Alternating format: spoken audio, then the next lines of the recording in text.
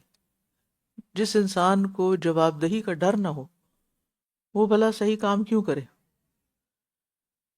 یعنی جہاں بھی اکاؤنٹیبلٹی نہیں ہوتی تو انسان کی نیچر میں ہے کہ وہاں انسان غافل ہو جاتا ہے، سست ہو جاتا ہے، لاپرواہی برتتا ہے، اپنی منمانی کرنے لگتا ہے۔ تو آخرت کا منکر کبھی راہ راست پہ نہیں آ سکتا، اور آپ ان کے بارے میں غم نہ کیجیے، اور جو چالیں یہ آپ کے خلاف چل رہے ہیں ان پر آپ تنگ دل نہ ہوں۔ غم نہ کرنے کا حکم قرآن مجید میں کئی بار آیا ہے، اور نبی صلی اللہ علیہ وسلم نے اس سے پناہ بھی مانگی ہے، اللہم انی اعوذ بک من الہم والحزن، کیونکہ غم کرنے میں کوئی بھلائی نہیں ہوتی۔ عموماً لوگ غم کو اپنے اوپر مسلط کر لیتے ہیں اور پھر اس کے ساتھ جینے لگتے ہیں، انہیں غمگین رہنے میں کچھ مزہ آنے لگتا ہے، جبکہ یہ الٹیمیٹلی انسان کی صحت کے لیے سخت نقصان دہ ہے۔ اور انسان کو اللہ نے جن کاموں کے لیے پیدا کیا اور جو اس کو زندگی میں کرنے چاہیے، جب وہ ہر وقت غمگین رہنے لگتا ہے تو اس کے عمل میں سستی آ جاتی ہے۔ تو اس لیے اس سے پناہ بھی مانگنی چاہیے، معاملات کو اللہ کے سپرد کرنا چاہیے، اللہ پہ بھروسہ کرنا چاہیے، اور جو چیز غمگین کر رہی ہے اس کے بارے میں اللہ سے مدد مانگنی چاہیے کہ اللہ اس غم کو مجھ سے دور کر دے اور اس معاملے کو درست کر دے اور اس میں سے خیر نکال دے، اور مسلسل غم دور کرنے والی دعائیں پڑھتا رہے تاکہ وہ غم خوشی میں بدل جائے۔ اور ایسی دعائیں ہم یعنی آپ دعائیں ایپ میں بھی دیکھ لیجئے اور دیگر کتابوں میں بھی، کہ جو مسنون دعائیں ہیں جن پہ وعدہ کیا گیا ہے کہ اگر وہ غم کے موقع پہ پڑھی جائیں تو اللہ تعالیٰ اس غم کو خوشی میں بدل دے گا۔ تو اللہ کے وعدوں پہ تو کوئی شک ہونا ہی نہیں چاہیے۔ اور یہ کہتے ہیں یہ وعدہ کب پورا ہوگا اگر تم سچے ہو؟ کہہ دیجئے ہو سکتا ہے کہ وہ عذاب جس کو تم جلدی مانگتے ہو اس کا کچھ حصہ تمہارے پیچھے ہی آ لگا ہو۔ اور غزوہ بدر سے آغاز ہو گیا تھا ان کے اوپر عذاب نازل ہونے کا۔ عقل مند انسان تو وہ ہوتا ہے جو ہر وقت چوکنا رہتا ہے، محتاط رہتا ہے، ڈرتا رہتا ہے، اور ہر قسم کی صورتحال کو ہر قسم کی صورتحال سے نمٹنے کے لیے اپنے آپ کو تیار رکھتا ہے، نہ کہ اپنے لیے مصیبت مانگتا ہے۔